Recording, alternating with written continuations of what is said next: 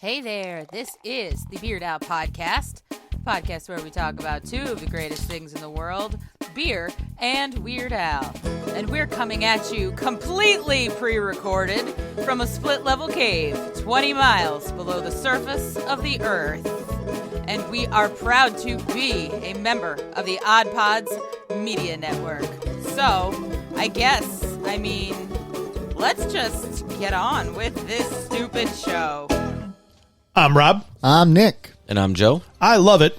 I think it's kind of meh. And I've never seen it. We're keeping up with the Cardassians. A podcast covering 7 seasons of Star Trek Deep Space Nine. But that's not it. We go down the wormhole Of pop culture, life, and Garrick. New episodes every Monday. On your favorite podcasting platforms. You can also interact with the show on Twitter at Cardassianspod. And just like the Ferengi, we can't wait to stroke your lobes.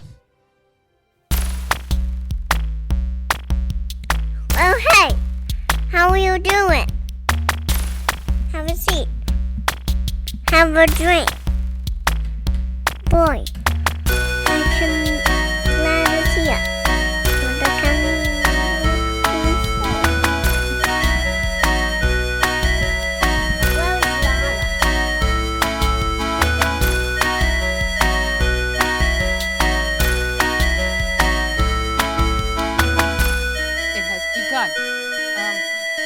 So I'm going to welcome everybody to a very special episode of the Beard Owl Podcast, the podcast where we talk about two of the greatest things in the world, beer and Weird Al. And since it's a very special episode, my brother's not here because he's not very special.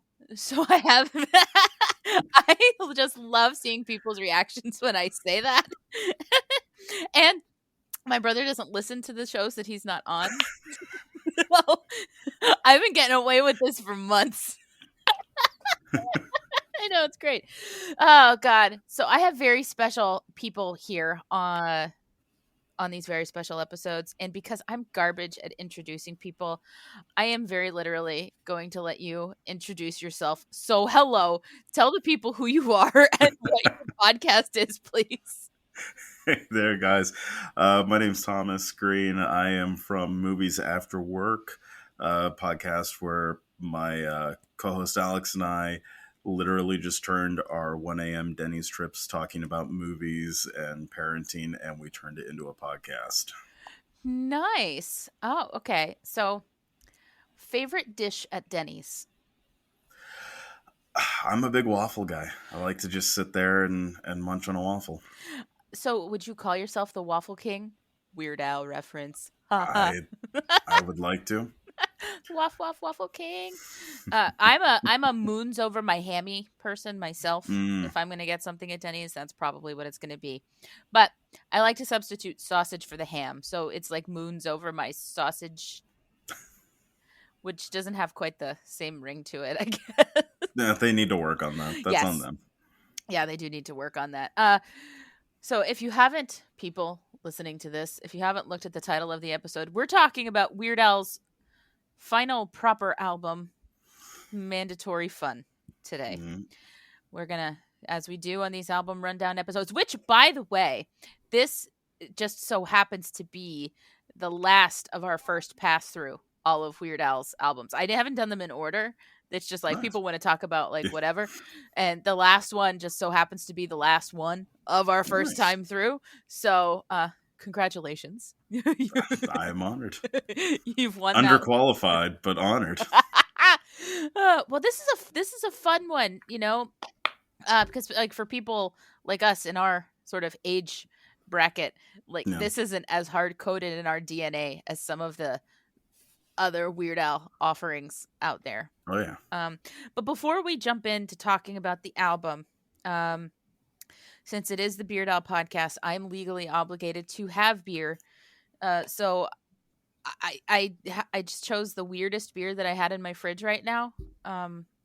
It's from Weldworks Brewing Company. I've had a beer from them before. I think when we talked hardware store, I had a beer from them. But this is called Bam Bam Rubble.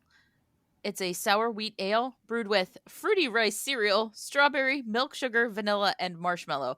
So it's fixing to be weird. Yeah, that qualifies as weird in my book. I don't know if I'm going to like it or not, but I'm I'm going to drink it. Damn it. So here we go. Do you want to just jump in with track 1? Sure. We might Let's as well. do it. So, Mandatory Fun kicks off with Handy, which is a parody of Fancy by Iggy Azalea featuring Charlie XCX. And do you want to start off with your thoughts on the song Handy? This one to me is just a lot of fun. This was the second song I heard from the album because of how he did the music video distribution for this one. And it felt very middle era Weird Al, in a good way. Yeah. But it felt like him taking more current music and doing something a little more old school for himself with it, which I really enjoyed. Yeah, you're absolutely right there, because it does have notes of the plumbing song in it, right? It's just somebody, bragging about how good they are at, their job. The thing that strikes me with Handy is like this handyman literally does everything you could possibly need done. And I used to work in sales support for a web company that did like lead generation for like small businesses, and we would get clients like this all the time, and I would have to be the one to tell them like, okay, this is way too many services to market for, have them pick one. So I was doing that work when this song came out, and I was like, oh no, I would not sell him this product. Those kind of people also make me think of Joe Morton's character on Eureka, where his little name tag thing is Velcroable, so whatever job they've asked him to do, he can Velcro on. That's fabulous. Like, yeah, because it's like the definition of, jack of all trades, but like quite literally, this is all the trades. Yeah.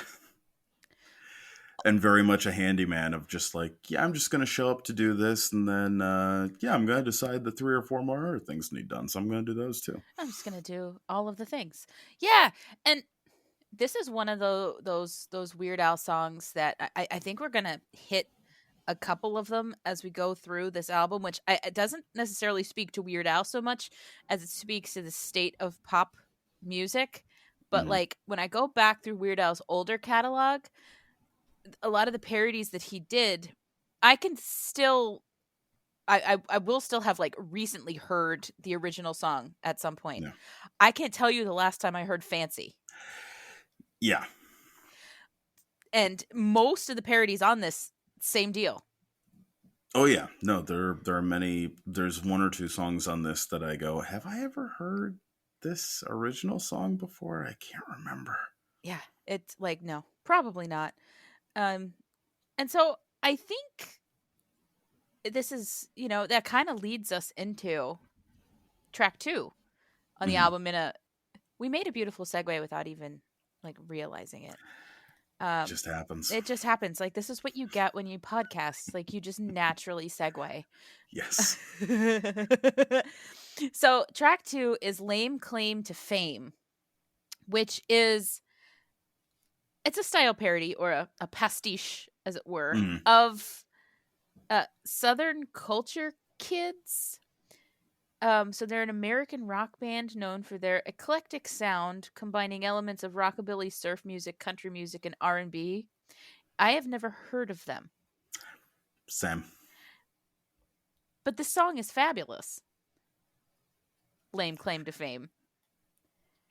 I cannot deny this is one of the lesser songs on the album for me. Oh, yeah? And a big part of it is just because it doesn't have that escalation that makes so many Weird Al songs good. Like, the escalation of what the lame claims to fame are don't kind of get more and more ridiculous or more and more of a stretch. It's very consistently similar throughout the whole song.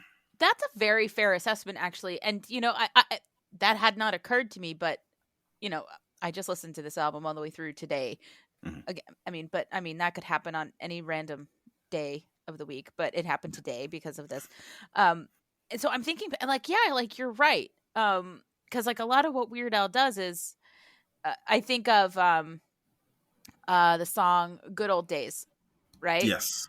Where it sounds, comforting and reminiscent, and then it's like, oh, torturing rats with a hacksaw and pulling the wings off of flies. Like it hits you, and Yeah. it gets weirder and weirder and weirder as it goes. But you're right, this is all very much on the same level throughout.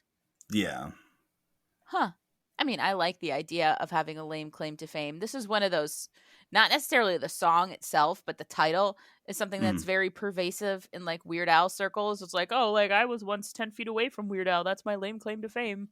Yeah. I'm like, I mean, I lived in LA for 10 years, and everyone there has a ridiculous lame claim to fame.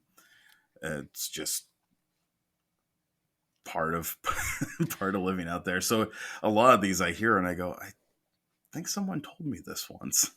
yeah, I mean, I bet a lot of them are real in one way or another. Gosh, yeah, I'm trying to think. Do I even have like a lame claim to fame? I once saw Ben Stiller on the street in New York. He is shorter than you think he is. I kind of figured him for being like a Tom Cruise, like a on the like 5'6", 5'7" side of things kind of person. Yeah, he's around that area. Oh, okay. My actual lame claim to fame is I was in a commercial for my company a couple years ago, and the commercial actually aired on like some cable networks. And you mentioning Tom Cruise is what got me there, because like they brought a professional film crew in to record it, and I'm 5'2" on a good day, okay? Mhm. And so they wanted me to like lean against a cubicle, but if I were to actually naturally lean against a cubicle, I'd look like a chicken, with my arm way up high. So they brought a box out for me to stand on. And I remember the director of the commercial literally shouting out to one of the hands, "Go grab the Tom Cruise." They called the box the Tom Cruise. I'm like, Oh, that's perfect. is that like an industry term for something that you use to help out short people? And he goes, yes. I'm like, oh, like, look at that. I mean, I love it. Oh, that's fabulous. It's wonderful. I'm gonna keep on trucking here, because I know there's songs we're gonna want to talk about more than lame claim to fame. So Foil, right? Oh, yes. Parody of Royals by Lord. Have you seen Weird Al in concert? I have not. He is constantly performing near me on my birthday, and then something comes up. This has been going on almost 20 years now, Oh my God, does he of me constantly missing a chance to go see him in concert around, like, either literally on the day of my birthday or very close to. does he have something against you? What did you do to Weird Al? What Um, did you do to him? I might have creeped him out while I was working at a movie theater in LA. Do I creep you out? Very good. I like that. So the reason I asked that question leading up to Foil is because the Mandatory Fun Tour, which I saw twice, was a sea of tinfoil hats. That is awesome. It was wild. I was being all like classic Weird Al fan, wearing my Hawaiian shirt, like this is what you wear to a Weird Al concert. And then there are families, the parents and all their small children, all in these aluminum foil hats. And I'm like, this is crazy. Like that song just came out. Yeah. And everybody's wearing a tinfoil hat. I felt wrong not wearing one. Looking around, seeing if there was like a tinfoil hat store Like, somewhere near the restrooms. yeah, they should have had somebody just with rolls of foil. It'd be like, fold your own hat.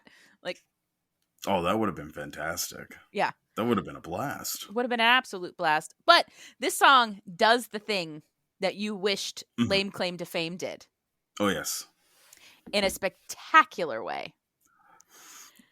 Oh, yeah. Because, I mean, at first, I remember hearing this song for the first time and thinking like, oh, it's another Weird Al song about food. Yep. Great. I'm here for it. And then, oh, by the way, I've cracked the code. Like like all of this conspiracy. Oh, by the way, Yeah. I'm like, what, the Illuminati know that we're finally primed for world domination. Like, this is amazing. It's a cosmic shift.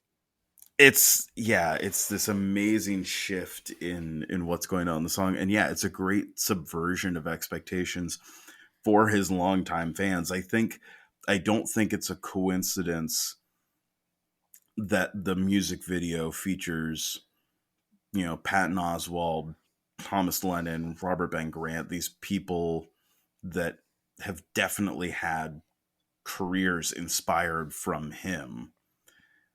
Like having those longtime fans be in a music video for a song that definitely subverts the expectations of longtime fans. Because this is, unless I'm mistaken, this is basically his last food song for an album. I'm just double checking, but I think you're right. Yeah, you're pretty much right. I mean, unless you count the Cheeto dust in inactive. Yeah, this is it. This is the last food song, which is weird. Yeah, it's weird to say. It's weird. This is the final food song. This is it. Yeah. This is it. I mean, it goes from a refreshing herbal tea to, by the way, and you're right. The video is so great because then Patton Oswalt is one of those like lizard people. It's brilliant. It's absolutely brilliant. And you can't get by on Twitter on any single day without seeing that seems a little crazy with him in the tinfoil hat. Like somebody just using that. Oh, yeah. And I'm like, half the people using this don't know. Yeah, you have to wonder how many people that use that GIF then could tell you what it's from, who that is, like what it's regarding. Yeah. Oh, I mean, because I know when I see Weird Al, I'm like, yes. Oh, you have no idea. You have no idea, do you? Like, no. Like, how dare you? Yeah. What is this? What is this? Don't use Weird Al's name in vain. Gosh, that's one of the 27 commandments. That just came out of my mouth. I have never said that before. Oh, well, boy. Now one of your future episodes is going to have to be filling us in on what those commandments are. I guess I will probably have to write the 27 Weird Al commandments. The commandments? No. I have to figure it out. Yeah. That apparently Mel Brooks dropped even more tablets on his way down the mountain in History of the World Part 1. Apparently. Wasn't just that one tablet. Apparently there were a bunch of scattered tablets up the mountain. Exactly. Yeah. From Weird Al. Oh my God. But yeah, Foil is great. Foil is absolutely great. And if you haven't, I have no idea who it was. I can't remember. I saw this many months ago, but there's like it was like a fiddle, like concert, like expo kind of thing, like convention for like fiddle players. And they were closing it with Royals. And like, so they're doing like this fiddle version of Royals and like they've got people singing and stuff. And it's like real down homey. And they get to the second half of Royals and they sing the lyrics to the second half of Foil. And the audience, it's like an audience of like, I don't use the term hillbilly like lightly, but like this audience just like, what? And they did a really good job. And they're like jamming to, it's like, oh, by the way, I've cracked the code. I figured out these shadow organizations. And I'm like, I'm going to have to find that. Yeah. It's fabulous. It's fabulous. I remember being like, yes. And it's like half of them are women and they're doing such a beautiful job with it. And yeah, it's definitely worth finding. I wish I remembered who it was so I could like shout them out here. But alas, my brain, it's addled. That happens. Yeah. So I think that's we can move on to track 4, sports song, a style parody of college football fight songs. What I wouldn't give to have had this as an option to play when I was in high school. I might have actually wanted to stay in marching band. Oh my god, I know. When my brother and I did an episode about sports song, and I kind of made that wish. I was like, man, I want some high school marching band somewhere to just do it. To just do it. And I want to see them make a real big production. Like the band is playing out there, and then like bring in like the choir, the high school choir, and have them singing it. Mm-hmm. We're great and you suck. We're great and you suck. Like, and it's so great. Okay, full disclosure, we're not that great, but nevertheless, Yeah. you suck.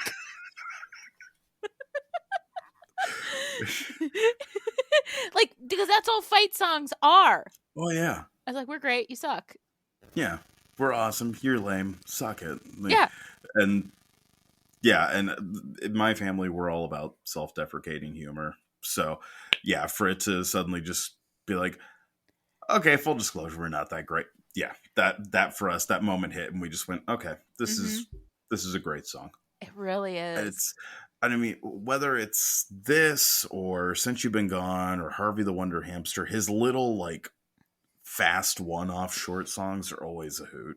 Always a hoot. They always just land so well. Mm-hmm.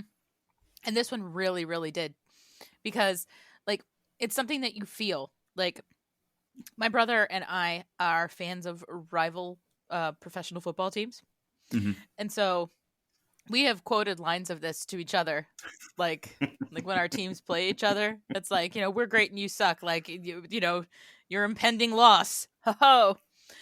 And the best part about this to me is it's from the perspective of the marching band, who have absolutely no control over whether or not they win the game. Yes. It's like, oh, we're really, really great and you suck. It's like, okay, kid, like you've got a tuba.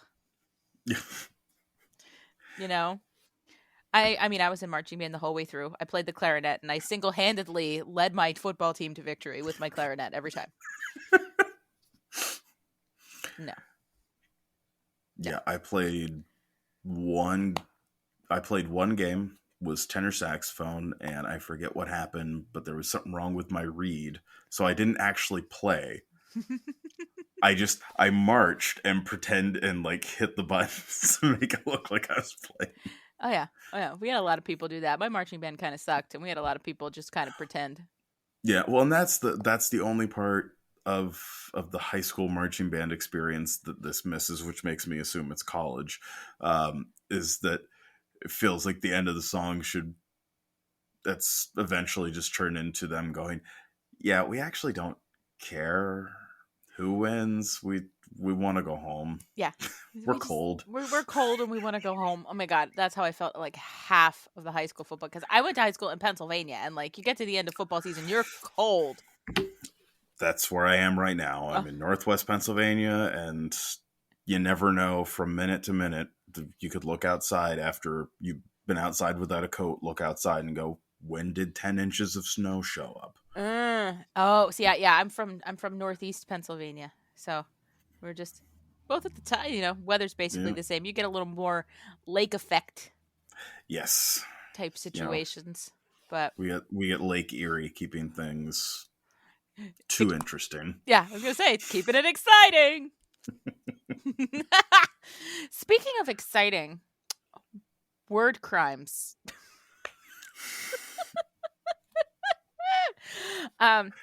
This is a parody of Blurred Lines by Robin Thicke featuring T.I. and Pharrell Williams.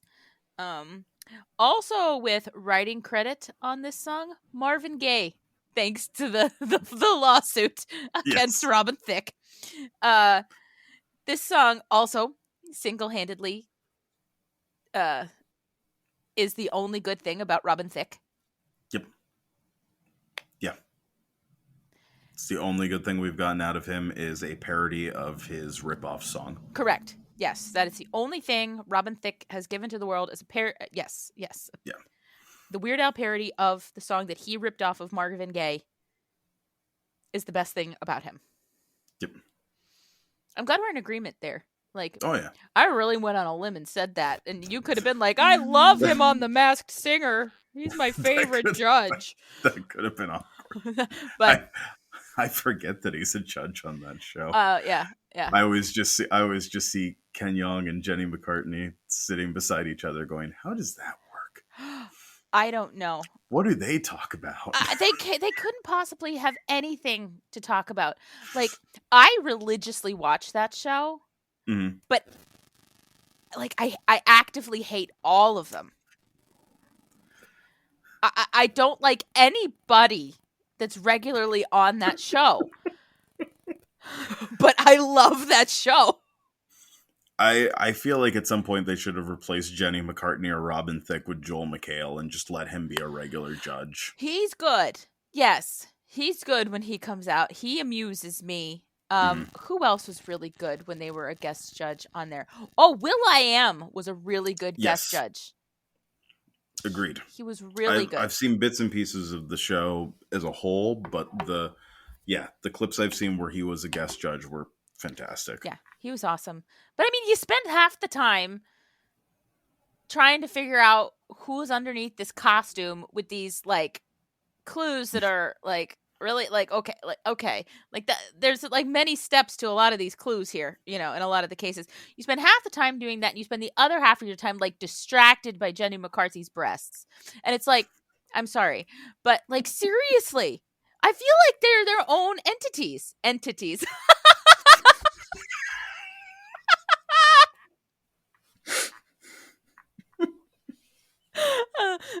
I am surprising myself with the things that are coming out of my mouth today. We have not talked about the song at all.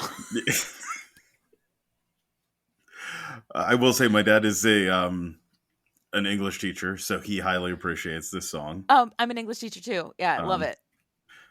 Fantastic song. I think it was I can't remember how many times I'd watched the music video before I caught the UHF reference in it. And got excited about that. It's so brilliant. Oh yeah. I have the Word Crimes t-shirt. Nice. It's in my giant rotation. Your rotation. Nice. This one's a lot of fun. It's definitely, I would say this one's probably the earworm of the album. 100%. It's the easiest one to get stuck in your head. Because of Marvin Gaye. Yeah. I mean, it's true. But yeah, there's so much in this song that is so spot on and clever. I especially love the nod to his longstanding inability to get Prince to let him parody a song. And the way he says Prince in the song, he's like, Prince, you know, he's like, eh. I'm like, he took his one last little poke. One last stab out the door. Yeah. I'm like, that's great. And like, if you didn't know, it was just a line in the song. But like, if you know, it's like, yeah. It works nice. It works nicely as a general joke, making fun of when he went by a symbol, or it's a 2%er joke of, you know, Weird Al's history, which is always great to have those little things in there. Yeah. I love that. I love you're really fantastic. That was sarcastic. Yeah. Where there's like no tonal change to what he says at all. Yeah. It's so great. That was sarcastic. Oh, yeah. Yeah. It's brilliant. It's brilliant. And, you know, you're right ahead of that line where, you know, you really that was sarcastic because you write like a spastic. Apparently, this is just a note to Weird Al's like kindness. That line in that song, there were people, you know, with like a medical condition, like where they like they have, you know, spasms and like spastic. It's like, oh, like people reached out to him and were like, you know, saying that is kind of derogatory to people with the problem that we have. He actually like apologized and was like, like I didn't know, you know, I'm sorry. Like, you know that like the world knows him and knows nobody Yeah. thought it's like, oh, Weird Al's a jerk. They're like, he probably didn't know, and like he legitimately didn't know. And oh yeah, he's just so sweet. He's so sweet. And the flip side of that coin, people in the LGBTQ community love the line, "You better slow down and use the right pronoun." Mm-hmm. I'm like, there's something for everyone. Oh yeah. Yeah, there's always something fun in there. Yeah. No matter who you are. It's wonderful. Track 6. My Own Eyes, which is a style parody of Foo Fighters. Mm-hmm. I'm just going to lead off by saying that John Bermuda Schwartz's drumming on this, mind-blowing. Right? Mm-hmm. Like, I'm double checking to make sure that, like, John Bermuda Schwartz was there. I'm just making sure that there's no other drummers. It's all him. Mm-hmm. Yes, drums, percussion, drum programming, and vocals. Yeah, John Bermuda Schwartz. Like, it was absolutely insane. And, like, you know what Bermuda looks like, right? Mm-hmm. It's just normal, like, guy. And to picture him doing what you must have to do. Oh yeah. I'm like, oh my God. This song is 100% the band's song. This is highlighting just how amazing they are at what they do. Mm-hmm. Like the reason why it's worth why it's been so important to keep them around all this time. They understand things. So, cause like one of my friends, he debated with me of what this was. And I kept being like, no, this is absolutely Foo Fighters. Mm-hmm. We're absolutely doing Foo Fighters. Beyond just the general, like, similarities in the harmonizing for the chorus, just the way you hear the instrumentals for this going, it's just all of them getting to shine and getting to be as balls to the wall as they want to be. Yes, and you're absolutely right. His band is tremendous, and the fact, like, they've been with him since the beginning. Yep. And there aren't a lot of bands that can say that they've consistently been together as long as the Weird Al Yankovic Band has consistently been together. There are a lot of things that Weird Al has been capable of doing. Weird Al and his band have been capable of doing for longer than bands that they've parodied, in terms of just camaraderie and professionalism and their relationship to the rest of the industry. Like, it's just like, it's just one of those, like, I don't care how I don't care if you like comedy music or not. If you want to be in the industry, you take a note from how these guys behave, how they treat each other, how they treat those around them, because that is the game. That is what you should be aiming for. 100%. Yes. I've said it so many times on this show. Like, Weird Al and his band, whatever your purpose in life is, there is something that you can and should look up to them for and emulate in them, you know? And yes, absolutely. And you're right. This is the band's song on this album, because you hear all of them doing their thing. But man, those drums. Yep. Man, those drums. It's like, that's sick. So now this album, at least for being his last album, this album has the polka in the right place.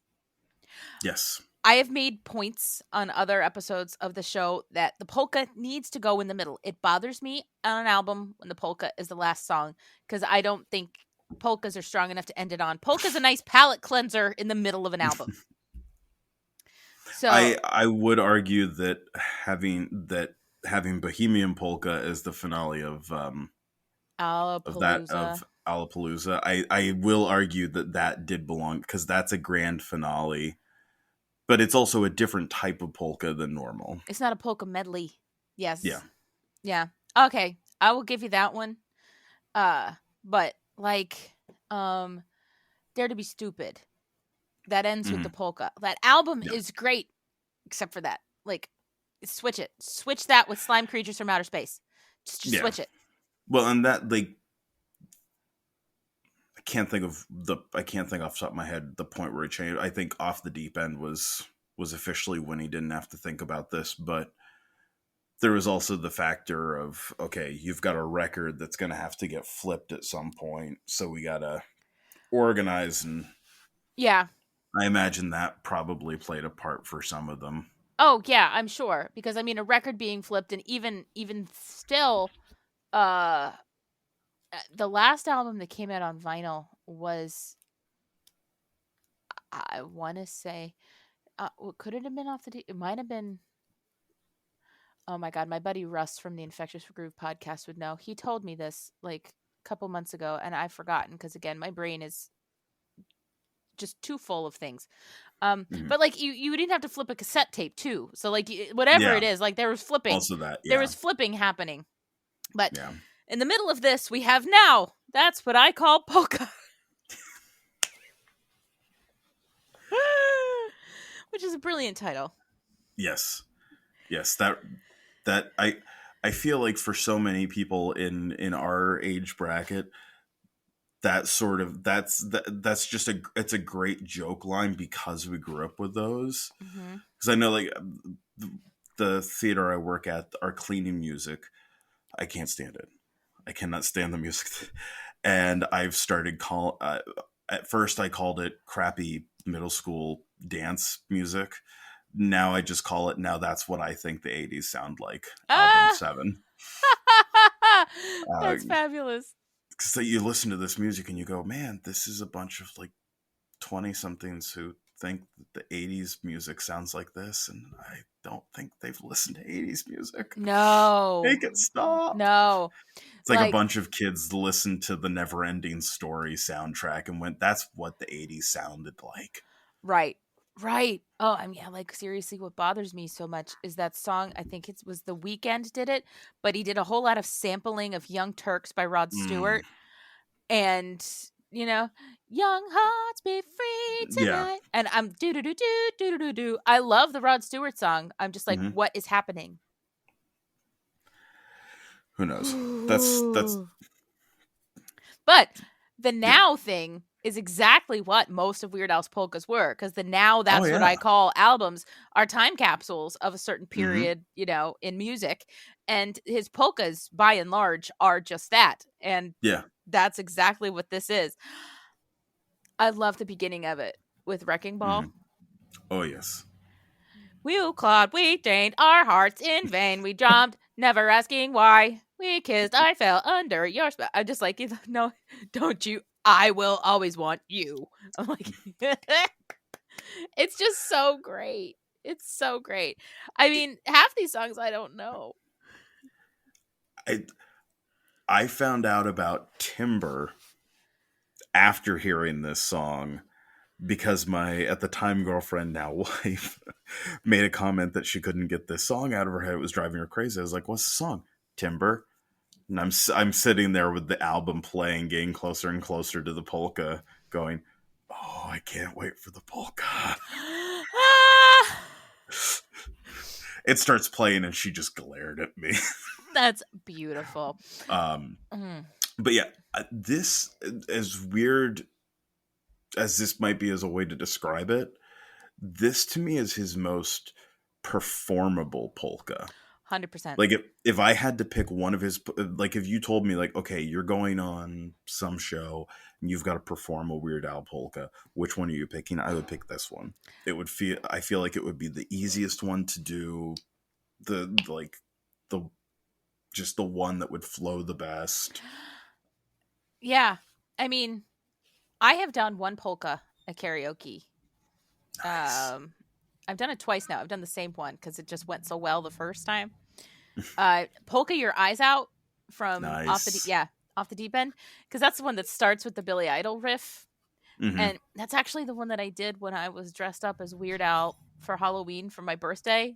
And so I did Polka Your Eyes Out dressed up like Weird Al at karaoke. And it was like the best moment of my life.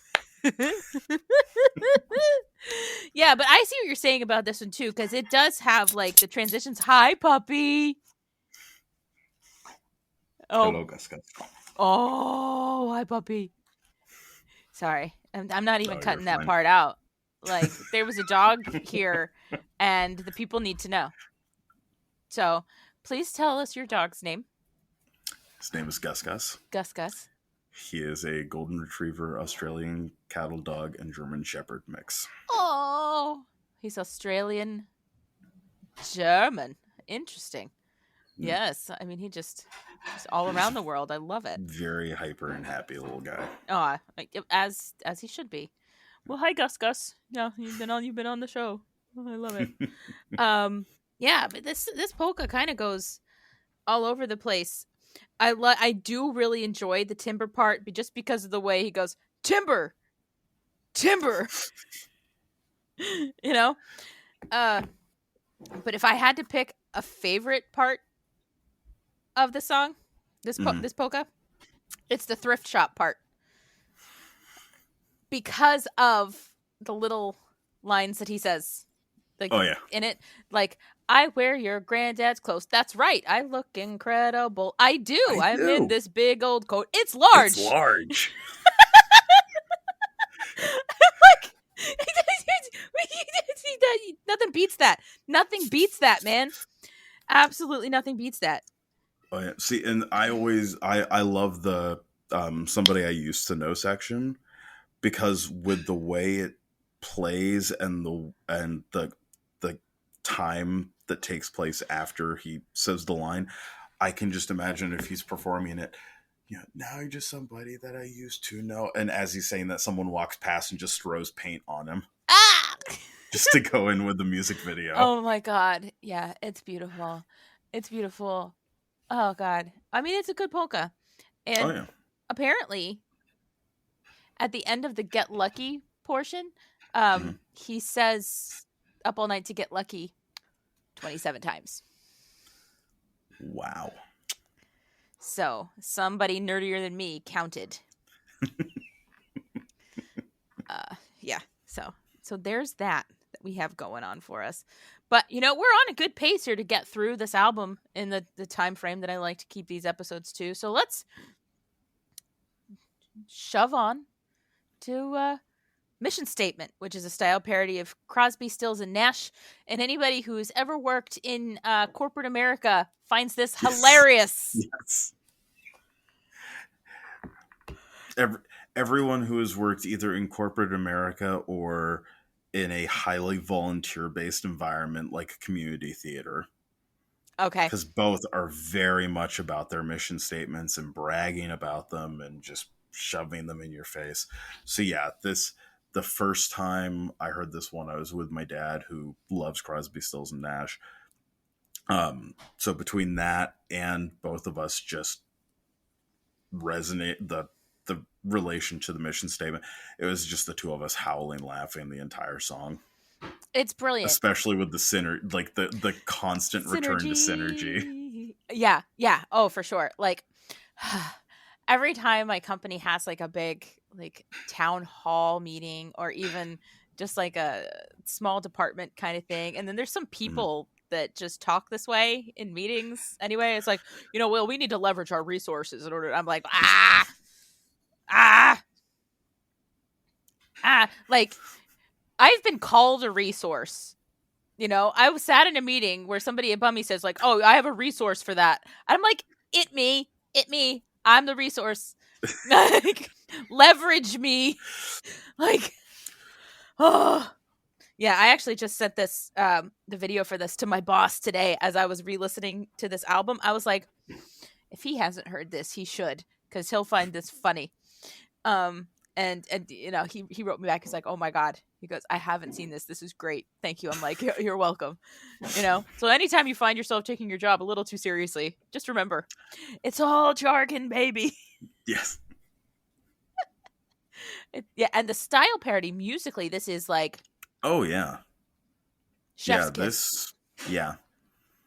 This is another one of those ones. It's one it's like Dog Eat Dog's coverage of Talking Heads, where it's almost more a love letter to the original artist, even more so than a sort of homage / parody of their style. Yeah, definitely.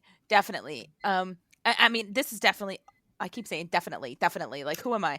But this is absolutely in the same mental Rolodex file as Dog Eat Dog for me. And I have a headcanon that the narrator of Dog Eat Dog, Calling in Sick, and Mission Statement are all the same guy. I like it. Like, he was real excited with his menial job,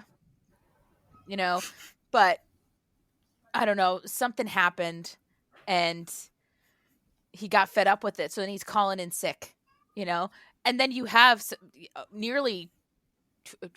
you've got 18 years between 1996 and 2014 where he could have turned things around and like gotten really excited about it again, because all he has to do is talk jargon.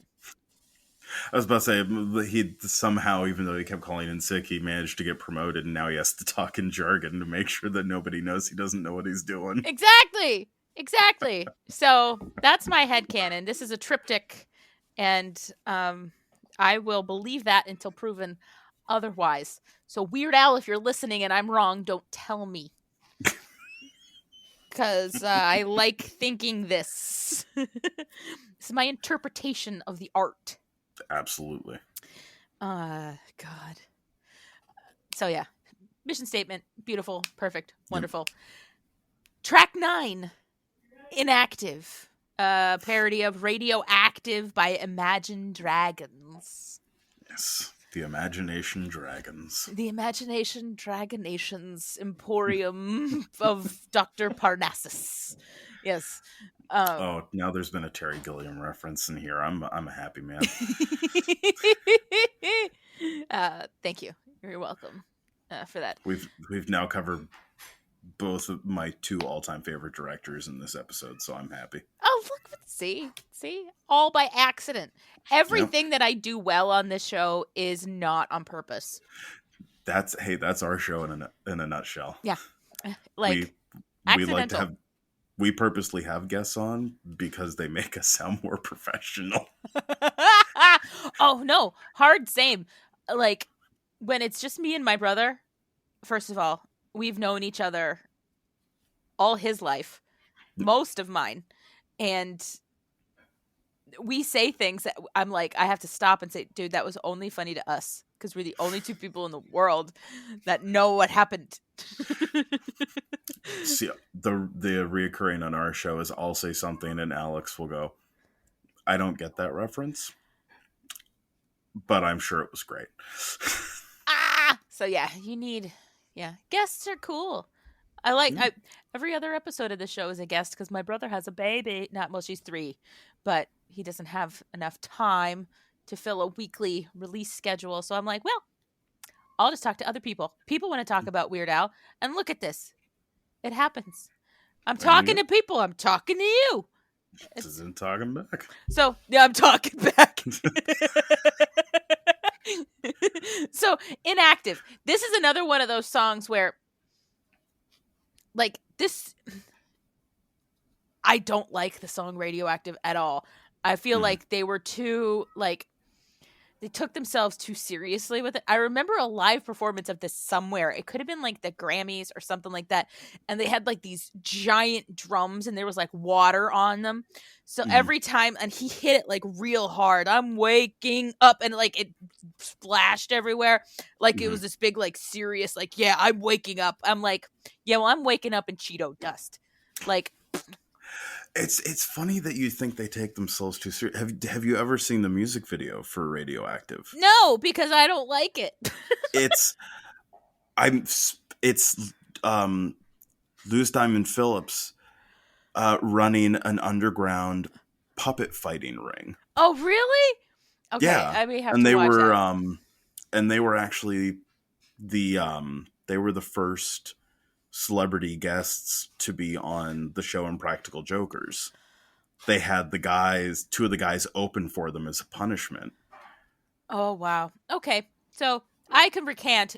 I only made the statement that I made based on my limited experience That's with the fair. band and the song. Because I'd only seen because it's not my thing. Normal cup of tea. It's yeah. not my normal cup of tea. So like I saw the live performance of this and I was like, this is too grandiose for a 2-chord song. I'm like, yeah, I mean, I like them. They're definitely one of those bands that I get. If people don't like them, I'm just like, I totally get. I understand. But also, one of their songs, the music video is the lead singer standing off against Dolph Lundgren. And if you're going to use Dolph Lundgren, I'm at least going to give you a chance. Okay, that's fair. Like, I am going to check out more Imagine Dragons now because of our conversation here today. So, know that I will do that.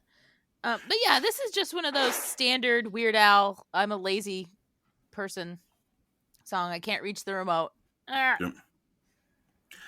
But the thing that I really, really like with this song is specifically just the fact that we're doing this whole song about someone being a complete lazy bum, but at no point during the song does he say something that makes you go, oh, he's making fun of this generation, or oh, he's making fun of people who are into that. Like, at no point does the song specify a specific type of person as being the lazy type of person. That's true. That's true. Yeah. What? Yeah, you're bringing up points that I hadn't even considered. Yeah, absolutely. Because anybody can sit in a recliner and be lazy and eat Cheetos. Mm-hmm. Yeah. Anybody can. I mean, when he performed this song on the Mandatory World Tour, he started it in a recliner, and with the the inhaler bit, the recliner straightened up and he stood up. It was great. It was great. He did a good job with it. Do you have anything else you want to say about Inactive before we move on?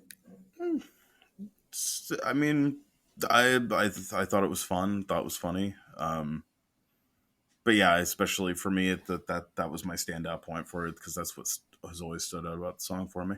That's a good. I mean, and that's a really good point too. Like, it absolutely is. I just wanted to make sure I was not missing anything, because, like I said, the source material not being one of my favorites. That's not one that like I listen to unless I'm given the whole album like a straight shot all the way through type situation. So, that's fair. So we'll move on to track 10, which I think is one of the best songs that the Pixies ever did. It's First World Problems, which is a style parody of the Pixies. Yes. I think the Pixies themselves would even say that like Weird Al nailed this. Oh, I think so. Yeah. This hits on another, the Weird Al tropes that happen all the time. It's like, it's one of two things. It's like things are really, really bad, but it's like, okay, like Christmas at Ground Zero. Like, okay, it's nuclear winter, but hey, maybe we can see all the new mutations on New Year's Day. Like, it'll be fine.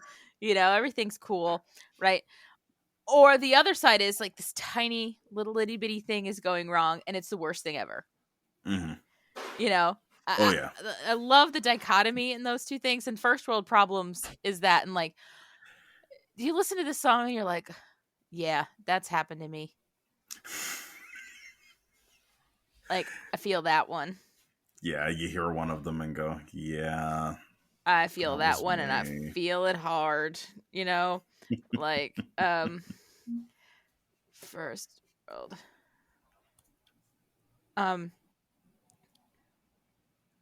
See, there's so much on the internet about First World Problems that Googling it, his song is not the first thing that comes up. I can imagine, yeah. Oh, yeah, because I knew there was a point that I wanted to make. It's like, my maid is cleaning my bathroom, so I can't take a shower. Like, that's beyond First World. Yeah. Like, I don't have a maid. Oh my god. Oh no, there's a pixel out on the corner of my laptop screen. I don't have any bills in my wallet small enough for the vending machine. Oh my god. There's no way anyone over the age of, I'd say, 25 does not feel that one in the core of their, like, your parent gave you like a $10 bill to go out to the mall with your friends, and you only have a 10, and all you want to get is, you just want to get a drink out of the vending machine. Mm-hmm. So then you have to go to a store and be like, "Can you break a 10, please? I need a 5 and 5 ones, thank you." Yep. Oh my god. Yeah. The thread count on these cotton sheets has got me itching. My house is so big, I can't get Wi-Fi in the kitchen. Oh, see, here's the line. Here's the line. The one thing the flaw that makes a masterpiece. I had to buy something I didn't even need just so I could qualify for free shipping on Amazon. Prime, baby. Prime. Everything ships for free. I can buy something for $1 on Amazon. It comes to me for free.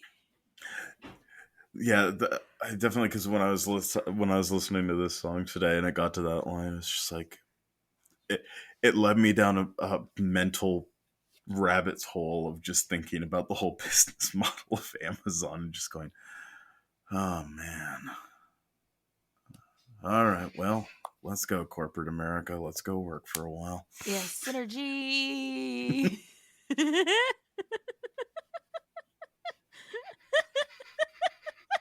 Throwback.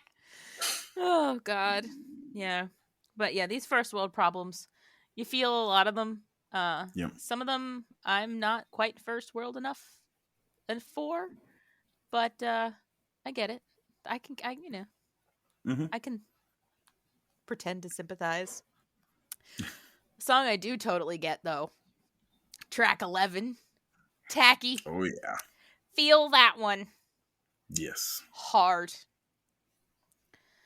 Because we had our mom on the show for our Mother's Day episode last year, and this is the song that she wanted to talk about. She wanted to talk about Tacky.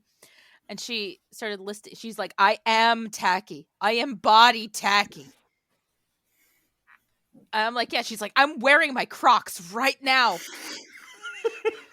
I have so many gibbets.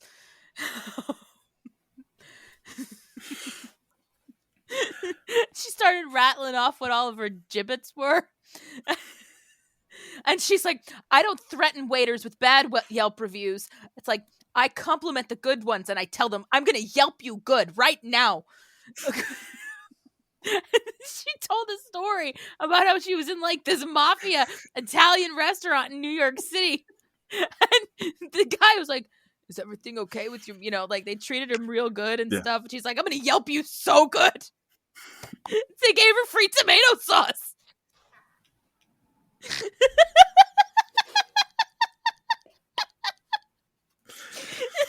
then she started going off on all the things in this song that she did. She's like, well, I have fluorescent orange pants. I have them. I have them. I'm like, oh my god. Oh, that's fantastic. Yeah. And so it's our third most downloaded episode ever.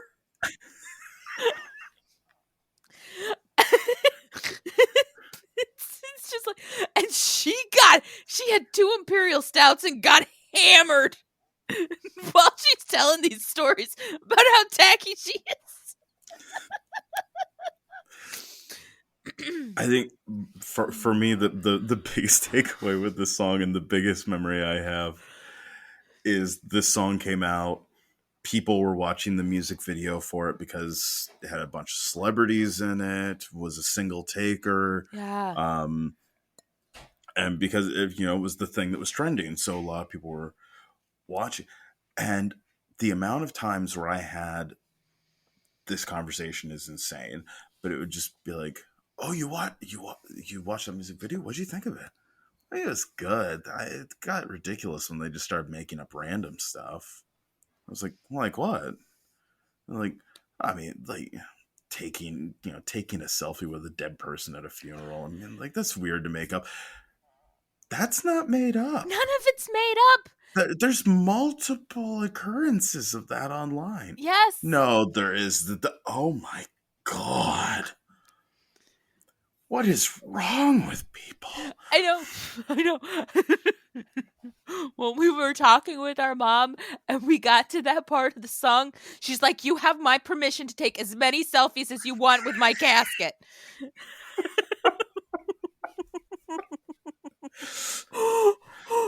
And I'm like, "You're recorded right now. You know that, right? Like, I have evidence of this." This is as legally binding as a will, mother. Like, look, I'm gonna be like, ha, tongue out, like, just watch, I'll bring a Polaroid or something so I can do it and then put it in the casket so she'll have it. Oh my God. Talk about, right? Anyway, so she's like, "Oh no, you can live tweet my funeral. Go ahead, live tweet my funeral." I'm like, "Okay, Mom." Her funeral is still going to be classier than mine. All I've asked for my funeral is closed casket at some point with no warning. You just start hearing dun dun dun dun dun dun dun dun dun dun dun dun dun dun. Yes. And then right before it gets to the part where the Jack in the Box normally comes out, dead silence. That's fabulous. Never follows through, so people just sit there the rest of the funeral going, it's not really gonna. No. Don't do it. Oh my God, that's fabulous. You're gonna fill them with Antissa. Patient. But no, it's just Antissa.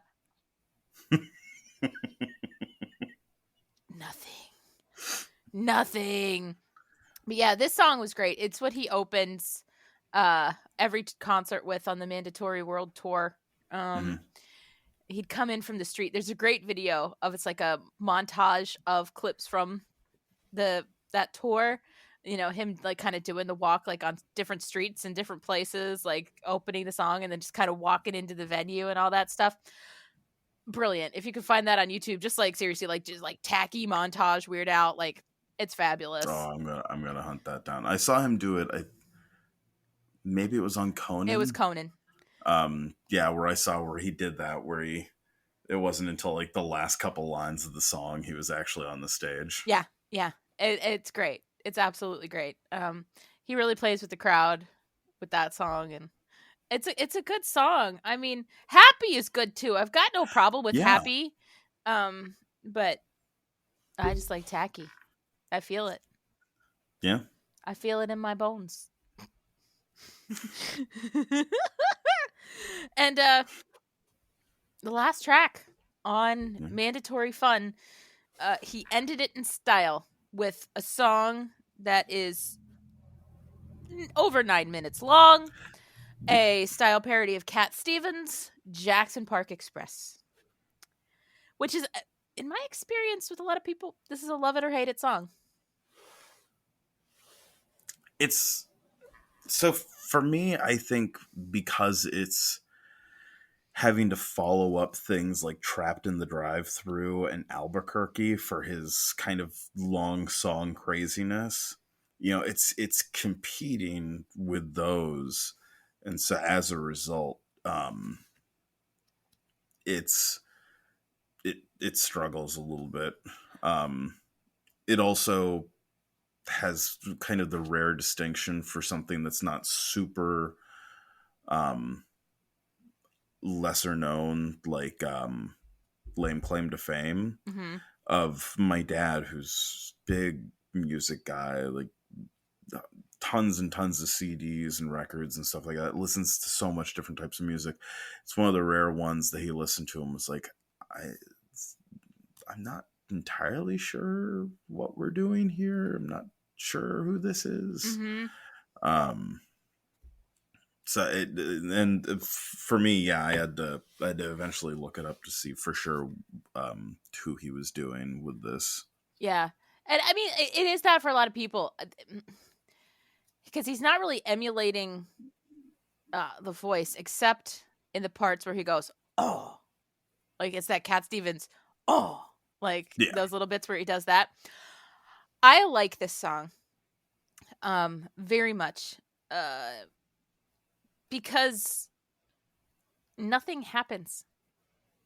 Yeah. It's 9 minutes, nothing happens, whereas everything happens in Albuquerque. Like way too much stuff happens in Albuquerque. Like one very mundane thing happens in Trapped in the Drive-Thru, but nothing happens in this song. Oh yeah. And I think that's so incredibly clever. But I get people not digging it. I'm just like, I felt in on the joke like right from the start, because it's like there's so much of it's like she looked at me as if to say, I nodded quietly, implying, you know, and there's so much of that, and like so it took me about a third of the way through the song the first time hearing it before I had that nothing is going to happen. I was like, nothing is going to happen in this song, and I remember listening to it for the first time going, nothing happens. Nothing actually happens. She gets off the bus. Nothing happens. And it's such a majestic song. Can you smell like raisins? And like nothing happens. I saw this on the Strings Attached tour with the full orchestra. There's a video also on YouTube of him performing this at Red Rocks with the full orchestra. Ooh. He's dressed in all black, but he's got like shiny shoes, and it's great. It's absolutely great. This is the song that my friend Jonathan, who went with me, this is the song he went to the bathroom during, because he had he's like, no, he already said to me, on the way in, he goes, if he plays Jackson Park Express, I'm going to pee. I'm like, okay. I'm like, I already knew what song I was going to pee during. I was like, I'm going to go pee during Smells Like Nirvana, because I've seen it so many times. I don't need to see it again. That's fair. Like, there's other stuff on this that I probably haven't seen before that I want to see. And I was like, Smells Like Nirvana. I'm like, it's great for what it is, but I personally can like give or take it, because grunge is not my thing. Yes, I have a soft spot for Nirvana, so as a result, that's one of my all-time favorites. Yeah, and that's totally fair. You know, it's just like everybody needs that one song. They're like, if he does this, I'm going to pee. But you know, I think Jackson Park Express is funny. It's a good album closer. But again, I get it not stacking up against the masterpiece that is Albuquerque. Yeah. In that way. I mean, because you got the album closers. It's like, which is this is partly making the point that I made too earlier about the polkas being at the end. Polkas don't belong at the end, because the last song is like the first album. It's Mr. Frump and the Iron Lung, which isn't long, but it's super weird. Then Nature Trail to Hell. Then the polka at the end of Dare to Be Stupid, which is like, you know, what is Polka Party ends with Christmas at Ground Zero. You know, you get a lot of weird stuff at the end, you know, Bad Hair Day ends with The Night Santa Went Crazy. Then you've got Albuquerque, and then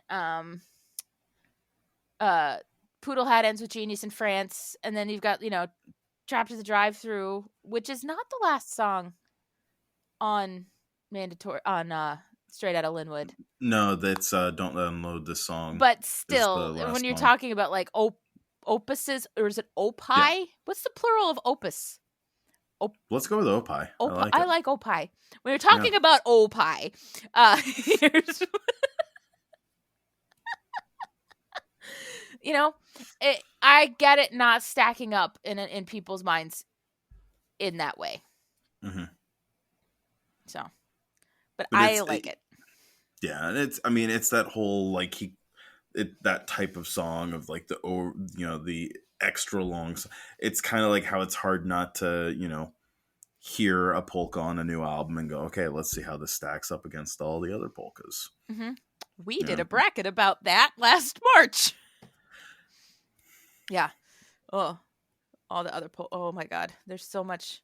Yeah, the polkas are fun to stack up against each other because they're all like so different in their way. Right. But Now here's the important question, because when I was scrolling through your episodes, I must have missed that one. it's the Did bop wop Pol- bracket. The bop. Did Polkamon get to be on the bracket? No, because he just threw his Dr. Pepper at me. No, I screwed up and I missed polka. You're not the first person to bring that up. I put the North Korea polka on there and Hamilton polka. Because then we would have ended up with like an odd number. Yeah, and that's where you have to. And so, we already had 2 polkas with a first round bye in the bracket. So it was just like, I mean, it's That's fun. fair. It came out in March. Yeah, it was our March weirdness bracket. Yeah. We called it the Wop Bop or Bop Wop because it was Beard Owl Podcast, Weird Owl Polka. And I just wanted to capitalize on WAP at the time. It worked. That's our second most downloaded episode. Nice. So we made it through mandatory fun. This is great. Huzzah! Now you introduced your podcast and stuff at the beginning, but here at the end, I will put links. I'm pointing down as if I'm making a video, but I'm not. I will put links down in the show notes of this episode, but please tell the people where they can find you and your show. Not where they can find you physically, like don't hunt them down, but where can you find your show? You can follow us on Twitter at movieswork. It's usually me on there ranting and rambling. If you want to listen to the show, you can listen to us wherever you listen to this show, which I mean, Spotify, Google Podcasts, Apple Podcasts, Good Pods. Good Pods. Many, many others. Rate everybody on Good Pods, people. That's where they're. Yeah, and I think Spotify is starting to let you rate podcasts. So yeah. make sure you're getting those ratings out. Big help to compete against all the celebrities that got bored during COVID and started podcasts. Yeah, right? God. I know. Like come on. Yeah. Like, you don't need this. Leave us this domain. Yeah, let us have this. Podcasts are the last place where people try to do stuff because they enjoy it. Right.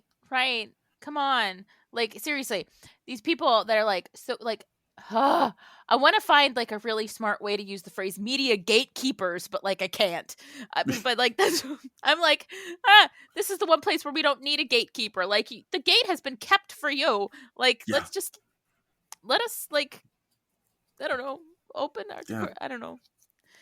Let us be the ones frolicking around in here. Right in our meadow. Yes. Free range podcasters. Free range. I like that better than indie. We're like free range podcasters, right? I'm going to start using that. Hashtag free range podcasters. Boom. Start it up.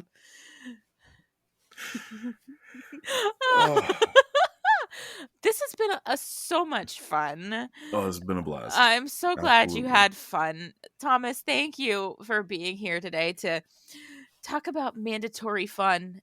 I mean, I know you had to be here because it was mandatory, but I'm glad you had fun. Yes, it was an exciting bonus. Hooray! Huzzah! So, anything else? Yeah, thank you. Yeah, thank you so much for having me on the show. Yeah, thank you for being here. Okay, I'm terrible at introducing people, and I'm also terrible at closing the show. So I'm just gonna say, thank you for listening. This has been a very special episode of the Beard Owl Podcast, and we'll come at you again next time, people. I have no idea what next week's episode is gonna be, so you better just subscribe and find out. Okay, bye.